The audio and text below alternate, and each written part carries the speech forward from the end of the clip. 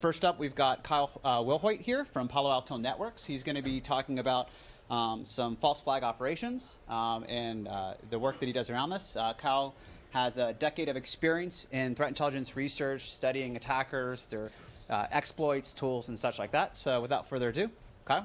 Awesome. Thank you.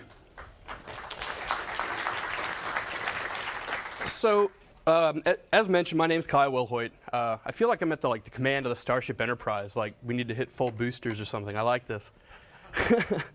So today what I'm going to be talking about is something that I've been researching over about 2 years, a little over 2 years, and it revolves around false flags. And I know some of the individuals in this room know what false flags are, but for those of you that don't, we're going to cover that. And I'll get into the impetus behind this research here shortly. But first, I just wanted to do a quick introduction into who I am. As mentioned, I'm a principal cyber attack and exploit researcher at Palo Alto Networks. I was previously at Domain Tools, Trend Micro, FireEye, and a few other organizations. Black Hat Review Board member, and I was co-author on a long-titled book about ICS and SCADA security. You can also follow me on Twitter if you want to shout at me or yell things, obscenities, etc. I have no problem with that. Also, I think there's a box of tomatoes in back that you all can throw at me. That's also an option.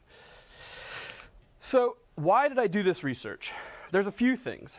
First, on a daily basis, I would consider myself and the team that I'm on operational threat researchers. And what I mean by that is we spend our daily basis tracking and understanding actor groups, campaigns that those actor groups are conducting, as well as malware families that they're leveraging to attack victims.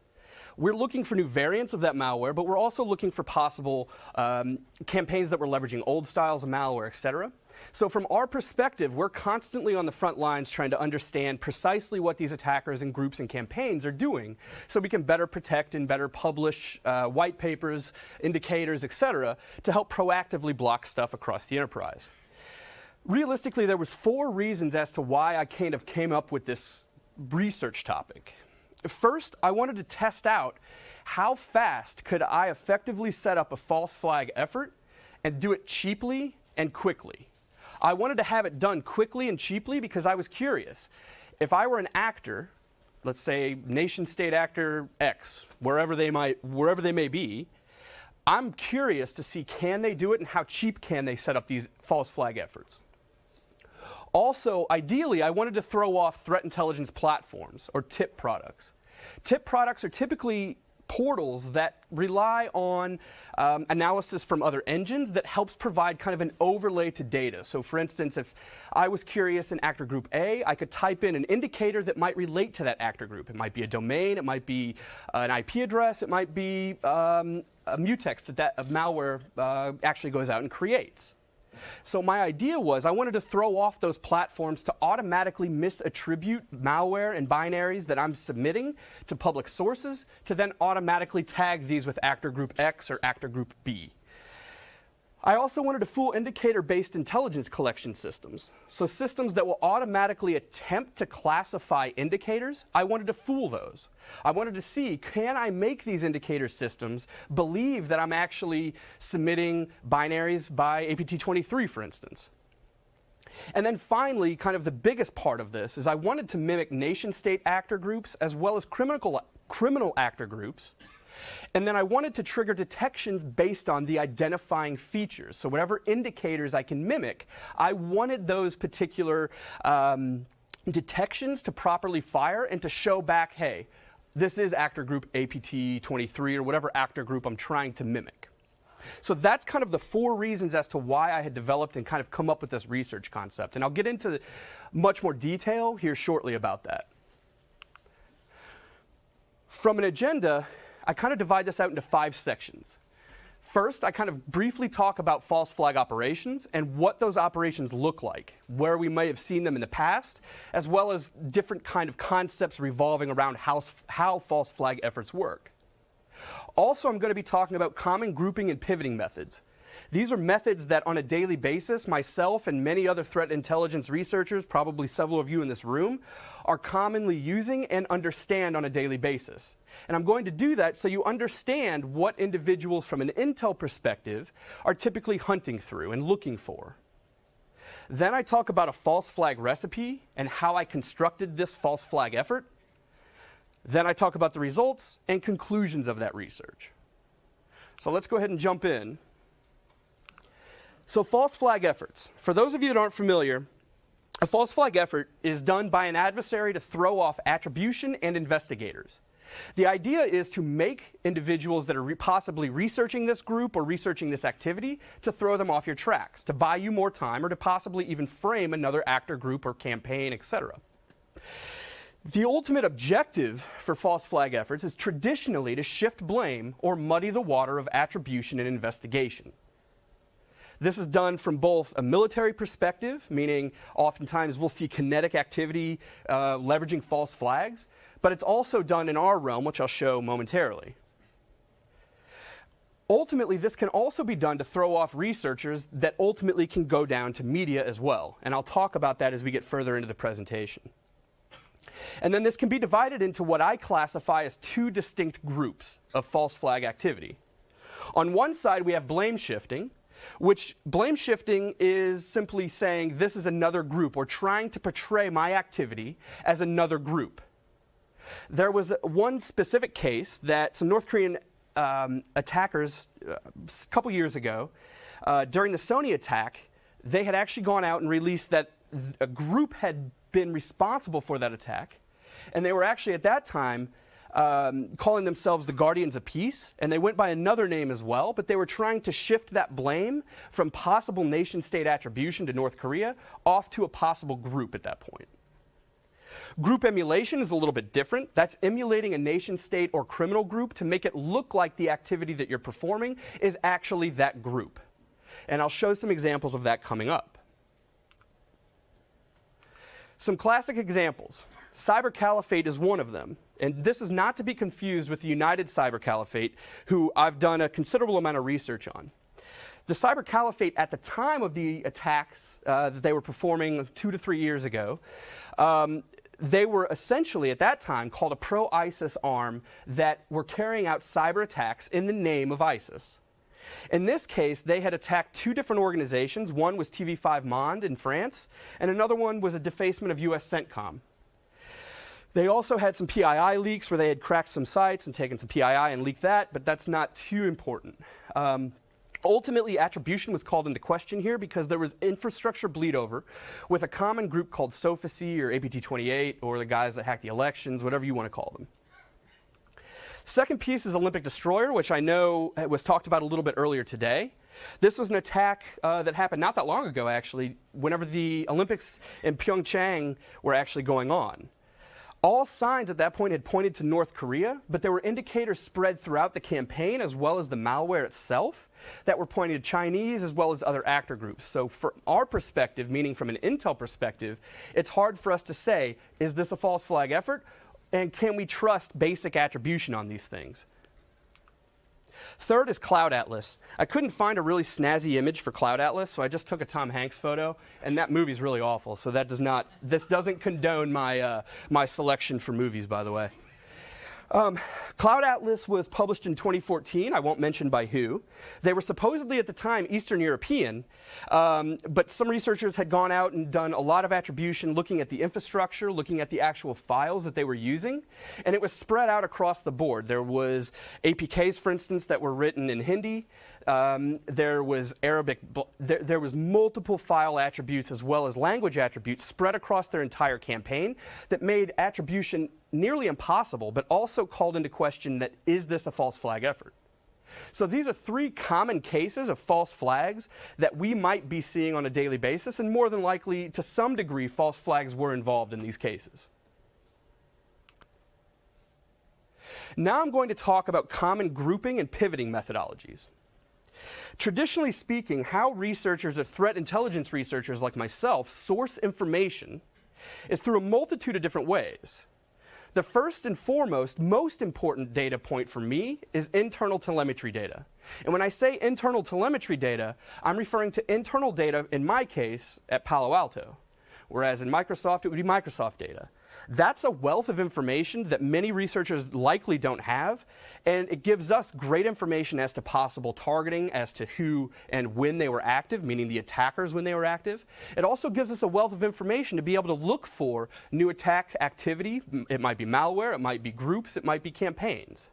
But that's one major source that I often rely on. VirusTotal and other online malware repositories are obviously popular as well. I myself have been sourcing intel off VirusTotal for years, and I know several of you in this room have also done that. And the functionality behind VirusTotal and other malware repositories makes sense, and it makes sense as to why we source information from there. Online malware sandboxes, this could be like any run or any online sandbox where we can submit files, let it execute, and see what it does. A lot of those online sandboxes allow us to have an API tie-in that we can actually pull samples down as they get submitted, so then we can also analyze those in our own environments. And then finally, from our perspective, I like looking at blogs and other open source intelligence locations. Industry blogs are great for us to source intel from because I can take an indicator and immediately start to pivot, looking for additional infrastructure, additional malware, additional campaigns, etc. So I just wanted to give kind of a quick overview of how intel researchers will typically source information. This is by no means an all-encompassing list, but it is something to keep in mind that there are a multitude of different ways that we source information, and I'm not including in this case, for instance, correlating with other industries such as Microsoft, etc. One thing I like to talk about is kind of general grouping and pivot points. What I'm trying to show here is that we have two independent or possibly independent campaigns and actor groups. Those are the red circles. I think those are red. I'm colorblind, so I think, is that red? Okay. Those two red circles, what I'm trying to show is those could be independent activity, so it could be an individual malware family that's not necessarily tied to a campaign or an actor group, or they could be related. And the relations between those two campaigns, actor groups, or malware families traditionally falls into one of three sections. The first is C2 infrastructure similarities. And what I'm looking for here is the actor group, campaign, or malware family sharing the same C2 infrastructure? That might be domain or that might be IP address. Could also be subnets, depending upon where it's located and how it's leveraged. But C2 infrastructure is huge for us to be able to pivot on and correlate actor groups, malware families, and campaigns. And then on the bottom side, I'm really kind of focusing on the malware piece.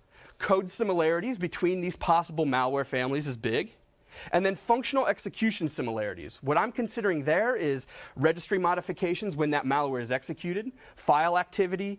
It could also be mutexes that are created when that malware is executed on the host, those types of things. So I'm looking for dynamic execution similarities because those are, in many cases, distinctly different than code similarities that might be PDB paths, something like that, embedded statically that we have to reverse engineer and pull out and start to pivot on from that. So what I'm trying to show here is that while there could be two independent clusters of activity, such as the red circles, there's also several cases where those can overlap, and these are broadly how we look at those pieces in overlap and correlate all of that data together. If I were to look at it a little bit closer, if we were to pivot on malware, for instance, let's say that we have three independent pieces of malware that I'm investigating. I have a gut feel that they're similar in nature, but I ultimately have to look through and correlate many pieces of information to tie all three of these malware families together. And I'm giving just an example here of different pivot points from within malware that we can use and leverage to be able to then correlate and group these clusters of activity together. So again, this is by no means an all-encompassing list. This is just merely an example.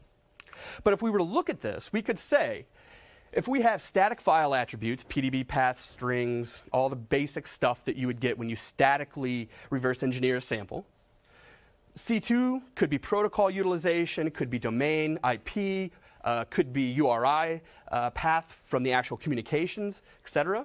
Dynamic file activity is during execution of malware, mutex, PDB paths, etc. If those five pieces of information or five indicators to me overlap to some degree with malware sample 1, I can start to say they're tied together somehow. It might be code reuse, sure. But again, that depends on the case and what we're looking at. If it's a cyber criminal or a group that's probably cyber criminal in nature, we're probably going to start looking and saying this is possibly code reuse as opposed to just a variant of a family that this particular group has been using over the years. From a pivot on domain, this is similar in nature to how malware is worked, how we pivot and group on malware. In this case, we have two different domains. And in those specific domains, what I'm looking for is not only grouping and pivoting to try to find malware possibly, or tools that are associated, but I'm also trying to cluster that activity to say that maybe domain 1 and domain 2 are related to the same actor group or campaign.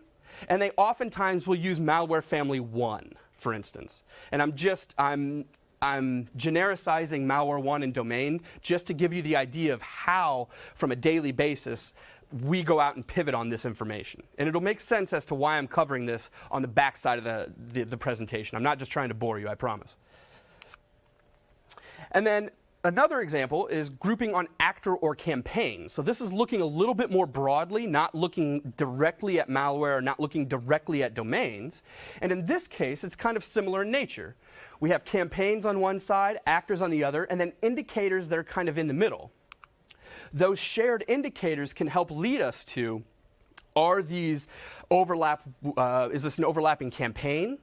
Is this an overlapping actor? Is this a new variant of an old malware family? What are we looking at? So ultimately, from our perspective, if we can start to tie all of this activity together on shared indicators or shared properties, it starts to allow us to classify this stuff better. And it makes us understand kind of how these actor groups are changing their TTPs on a daily basis and how they're constantly modifying and changing what they're doing. So now I'll get into the fun stuff. And this is where I start to talk about, as I was going through this investigation or this research, I decided I had to come up with some groundwork and concerns that I had to address before I even started going through this process of making these campaigns. And I call this false flag recipe because realistically, these are all items that I had to consider as I was going through the creation of this campaign. The first is infrastructure considerations. I had to understand and realize and look at what are actor groups doing from an infrastructure perspective and how are they doing it and how are they changing.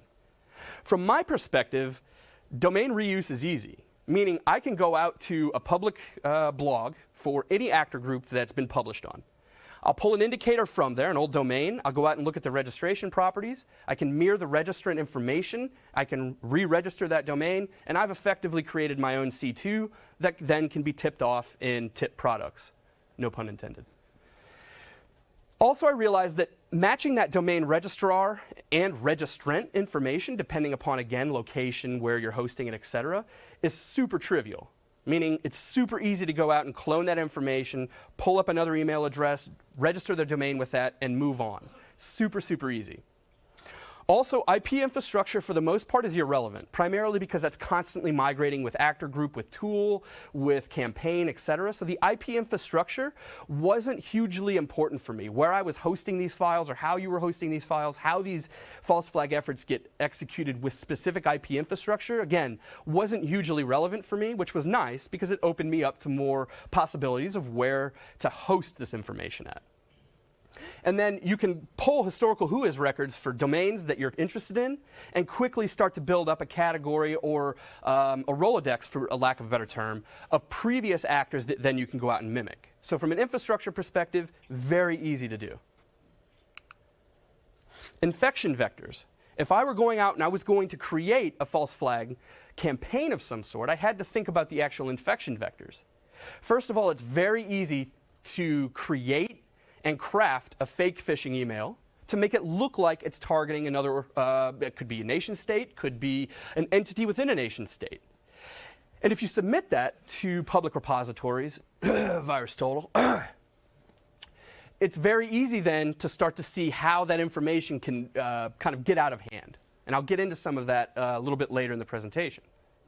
It's also very easy to attribute. And what I mean by that is many Intel analysts that I've talked to and worked with, if they see an email like this, and I'm just giving one example, and this is from VirusTotal, If they see one email, they're automatically going to jump to conclusions as to victimologies, to tasking of that group, who that group could possibly be, who the malware family or what malware family is being leveraged, all of those things.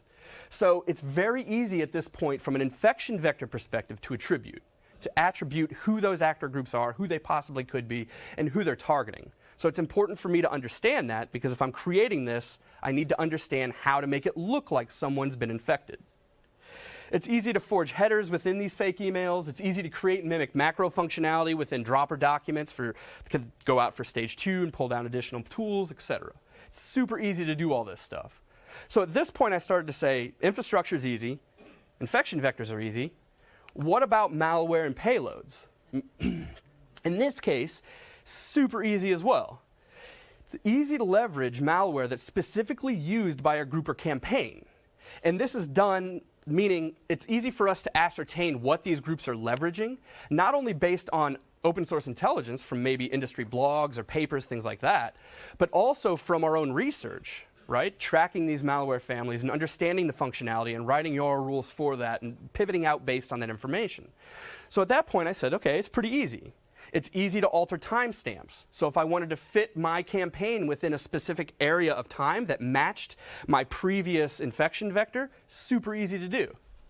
It's also very easy to fake static indicators, and I made a short list here of different things that you can make indicators on, all of which we can trigger off of via URL rules, via IPS signatures, via IDS signatures, basically any kind of proactive protection mechanism, we can then start to throw off indicators such as that. So at this point I said, okay, infrastructure is good, malware is good, we can keep going. Intended targets. This is also very easy to do. It's also very easy for analysts to immediately, as I mentioned earlier, cluster based on that target. So they'll say, okay, the government of Bahrain is being targeted. Let's look at other targets that are or other actors or campaigns that are also targeting that government and automatically start to lump that activity together. That's really bad and also not a good way to cluster activity. So it's easy to be able to throw off some of the investigative techniques just by altering some of these things and kind of lining them up a little bit closer. And then, as many of us are familiar with, and myself included, many researchers will jump to conclusions based on confirmation bias. This is common, and I think many people that perform any type of intelligence work, they truly understand that confirmation bias exists, and it's something that we constantly have to combat. But if I was on the other side of that coin and I was creating a false flag, this is a perfect opportunity for me to be able to kind of prey on researchers that automatically assume confirmation bias. So it kind of gives me a leg up whenever if I'm creating these campaigns. Public file distribution. This is the piece that made me the most nervous. And what I mean is, it's easy for us to do all the things that we've done that I've talked about prior to this, creating malware, registering infrastructure, submitting that infrastructure, doing all of kind of the campaign creation pieces. But from a public file distribution perspective, it's easy for us to submit one of these files to a public repository, VirusTotal for instance, and that's just one example. I'm not knocking VirusTotal. If we submit that file to them, researchers that have access to VirusTotal intelligence, that portal, will be able to then very quickly be able to find this file, this possible spear phishing file or email, and be able to then look at it and understand what's going on with that. The way that I view this is once you submit that file to VirusTotal or any of the sandboxes online, etc., that file is public at that point. You might as well consider it going public. There's going to be a researcher that's going to likely look at that based on signatures that are triggered. And more than likely, at some point, a blog could be written on that information. And then the media could ultimately pick that up. That's a traditional life cycle for this kind of information. And ultimately, that was a question I had.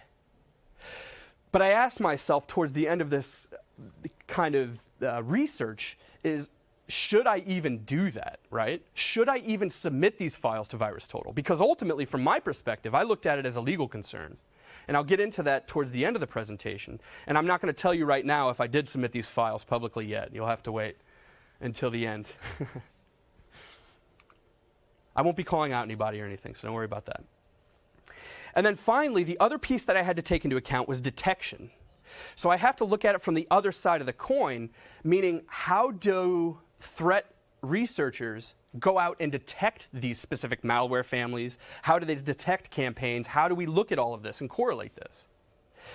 One easy thing that I started to do was I would go out and locate industry standard YARA rules. And by industry standard, what I'm referring to is YARA rules that are traditionally traded and or distributed on closed groups. I'm not going to get into any detail about those groups themselves, but oftentimes YARA rules are written and exchanged on some of these groups.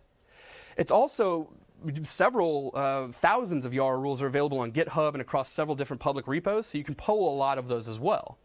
It's easy to go out and pull those YARA rules and start to then write malware or write your campaign or actor group that you're mimicking to match YARA rules that you know will then be triggered, if that makes sense. So basically, I could go out and say APT28 commonly uses infection method XYZ. I go out, look at YARA rules that are commonly used across the industry, and then I mimic that to purposely trigger those rules to throw off attribution. So I looked at it from the other side of saying, how do we detect that as researchers? And I wanted to fit everything that I was creating to those detection mechanisms. It's also easy to leverage public and private reports to be able to pull and provide source information and source indicators. It's kind of similar to what I mentioned from a blog perspective. If I go out to a public blog from FireEye, for instance, I pull down an indicator, I can then use that as a possible starting point to then use and create my own false flag effort. Some of the indicators that I'll show whenever I actually go through the false flag that I created, you'll see that I'm actually, in some cases, literally going out to public blogs, looking through their indicator set, finding old domains, and re-registering them, matching the registrant information. And I'll show you that example. But that's a great source for individuals that are performing false flag efforts, public blogs, etc. It's also easy to seed the malware and the infrastructure that the malware is leveraging in a way to provide false attribution and metadata tagging. Again, I'll show that in a few minutes.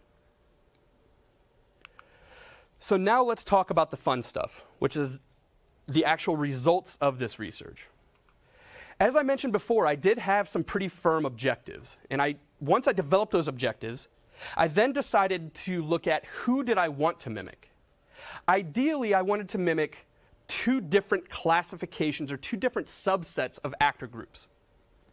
On one side, I wanted to mimic, I hate this term, but I have to use it, APT groups. I can't believe I said that. But I wanted to mimic two distinct nation-state actor groups that were involved in espionage in some fashion.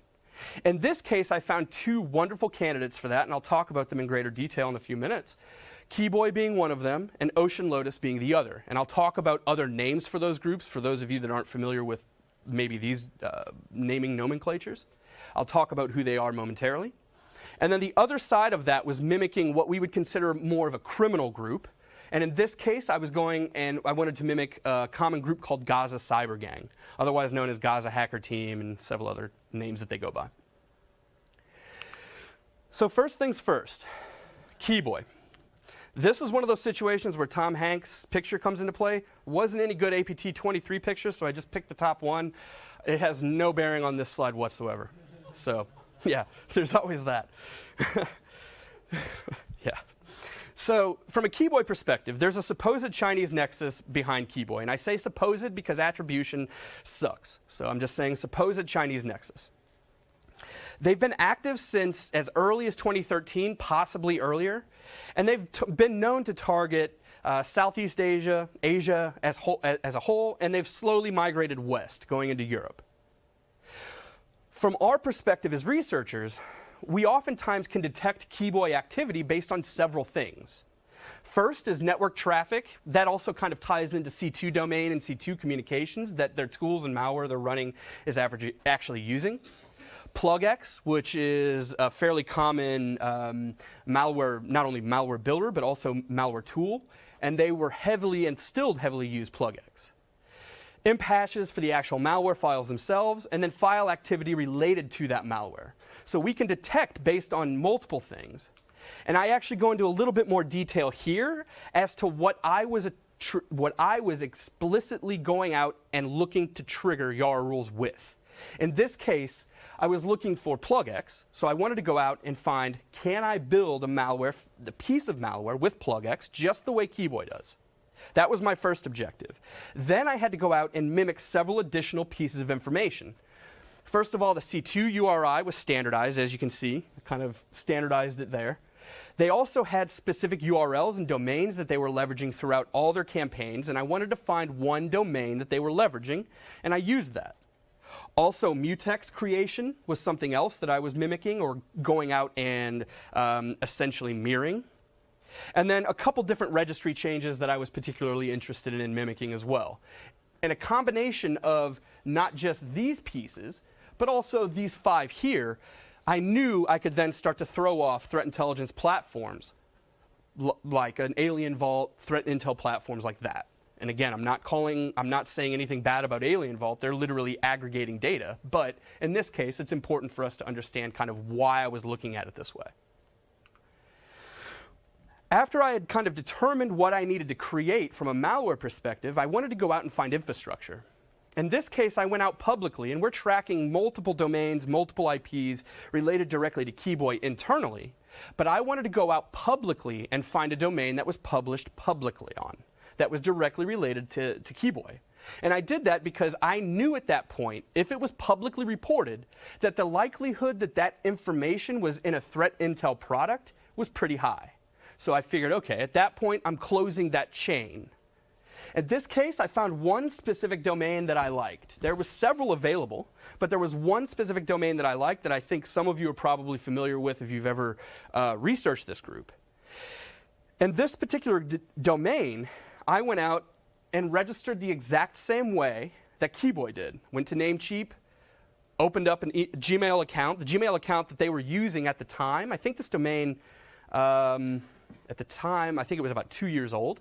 So I went back and literally cloned the registered information to make it look exactly like it was Keyboy. I then went out and found a recent version of plugx, which was a giant pain in the ass, by the way. If anybody needs a plugx builder, please let me know. It was a nightmare to get. Or a new plugx builder. There's old ones, they're all garbage. This plugx builder, I went out and found, and after multiple trials and errors, because I don't speak Chinese, I was able to then go out and build the malware properly, and build it the way that I wanted. I ran it on our internal sandbox, and this is just one of many different sandboxes, but I think everyone recognizes what this is. And you can see there's C2 comms with a similar URI structure, so that matches. So just on C2 infrastructure, it would have matched. Then from a YARA perspective, I went out, ran these samples against internal YARA rules that we've developed, as well as external industry standard YARA rules. And in every case, it was triggering on not only Keyboy activity, but also on some obscure campaign activity that was published about 2 years ago. So in this case, I can say without a shadow of a doubt that that campaign, if I were to have gone out and dropped that binary, for instance, into VirusTotal, it more than likely would have been looked at by researchers, possibly even evolving into a blog of some sort. The second group is Ocean Lotus. They did have a snazzy graphic that I was able to snag, so that was good. No Tom Hanks or some ABC show that I've never heard of. Ocean Lotus is also known as APT32, for those of you that follow the FireEye naming conventions. They have a supposed Vietnamese nexus. Again, I say supposed because of attribution issues. They've been active since supposedly 2012. There's some debate about that.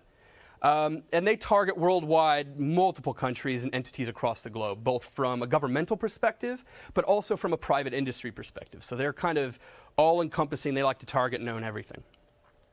You'll see some similarities here, meaning the ways that we determine and detect Ocean Lotus are similar to what we would do with any other actor group or malware family.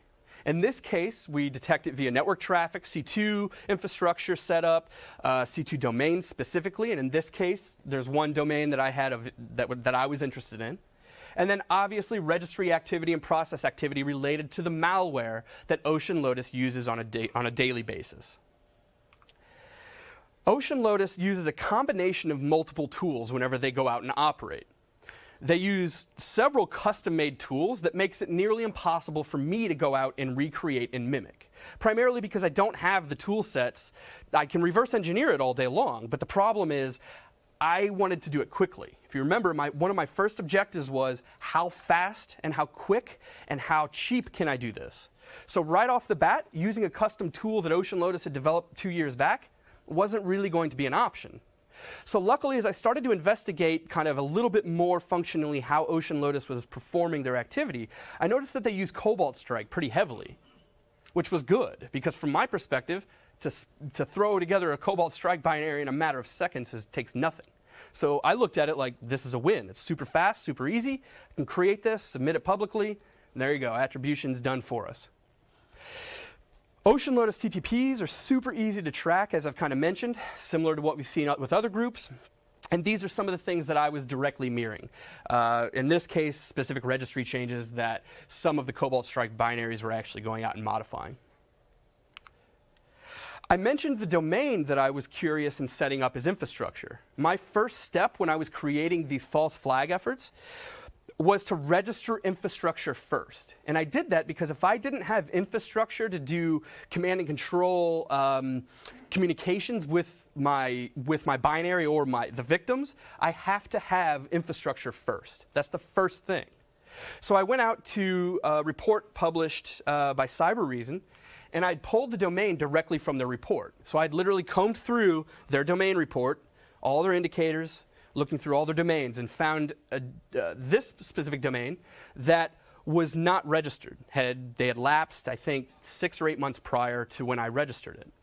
So at that point, I went out and did what I did before. Registered the domain, mimicked exactly how they set up their infrastructure in the past. And then I went out, Cobalt Strike, generated the binary to match the exact TTPs, not exact, but to match to a certain degree the TTPs that they were using in the past. Executed the malware within our sandbox. Obviously, we see network traffic. And I was ultimately able to pivot and snag via Yara. I was able to trigger rule sets to say, yes, this is in fact Ocean Lotus, and this is in fact one specific variant of Cobalt Strike that they're using based on the C2 infrastructure. So at this point, I said, okay, if I submit these files, again, the same end result's probably going to happen, right? Researchers are going to look at it, and it might end up in a blog post, it might not, really no way of knowing. The final group that I kind of mimicked was Gaza Cyber Gang. They've also been active since at least 2012. Again, there's some discussions about timing on that. But these are traditionally cyber criminals or quote-unquote hacktivists, activists, that are obviously and traditionally targeting Middle Eastern nation states. They most recently were involved in an attack against Palestinian law enforcement and government officials, which was pretty interesting.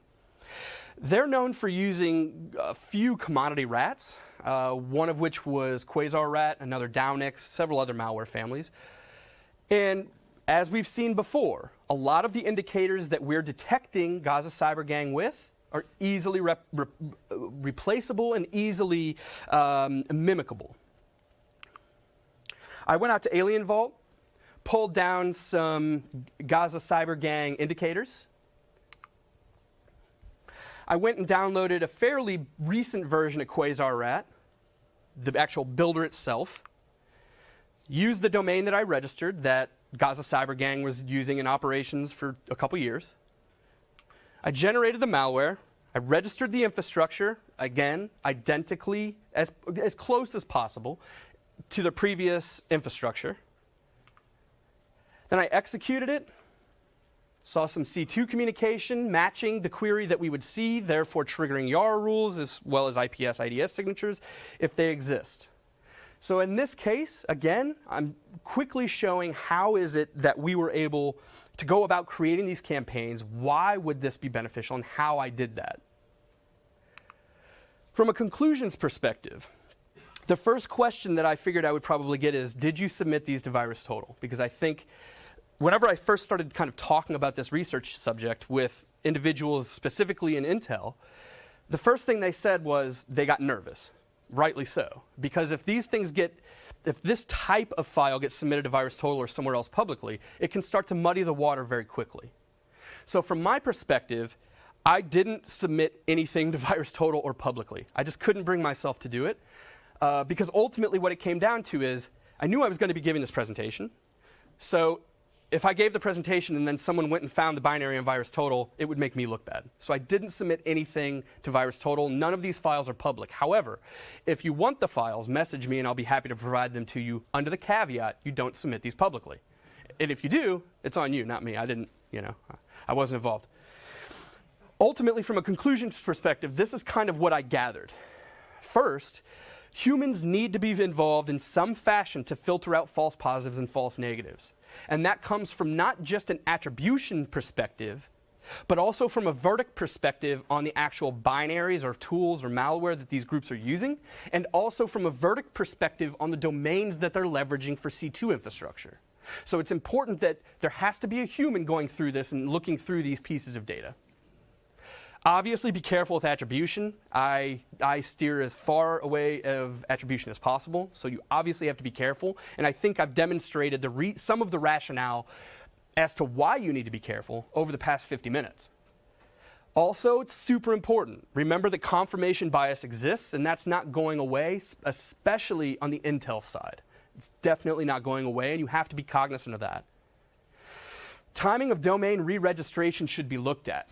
Meaning, if a domain hasn't been registered for 2 years, and it was previously used by APT group 28, for lack of a better example, the likelihood of that being an actor or the same actor group 2 years later is pretty slim. They've moved on to other infrastructure, they've moved on to other providers, they've moved on. So you have to pay attention to when those domain re-registrations occur, and you have to look at that with a grain of salt. As I mentioned earlier, all roads start and end at VirusTotal. If there's a file on there, there's going to be researchers that are going to be looking at it, especially if it triggers YARA rules. So just remember, you submit a file publicly, it's going to get looked at, more than likely. Also, you have to operate and feel comfortable in uncertainty, specifically whenever you're looking at attribution, and specifically when you're looking at cases like this, just because the amount of uncertainty that exists with attribution, correlating groups, actors, etc. And then finally, just from kind of a numbers perspective, going back to my original objectives, looking at speed and cost as my two main objectives or two main priorities.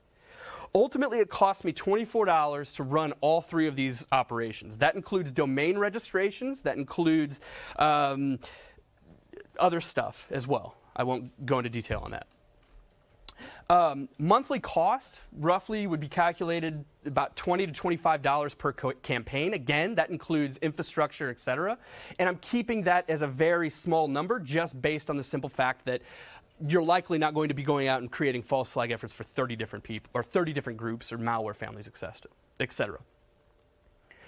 The fastest time that I was get to weaponization, meaning from the time that I found an indicator to the time in which I was actually weaponized and created the binary and everything else, was about 20 minutes. So that's the time that it took for me to find an indicator, register the domain, create the malware, and have the end result testing it against our signatures, testing it against IDS, IBS, all the signatures that we have. And then finally, industry blogs serve as a great source for false flag information sourcing. The idea behind this talk wasn't necessarily to tell you how to create a false flag effort.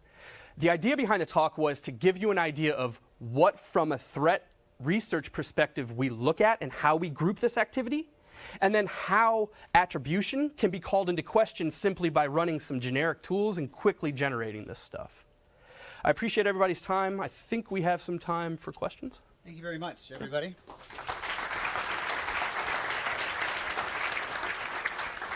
So we have a few minutes. If anyone has questions, please raise your hand. We'll have a mic runner come out and grab you. If you can just wait for the mic, though, that'd be fantastic so they can get it on the recording.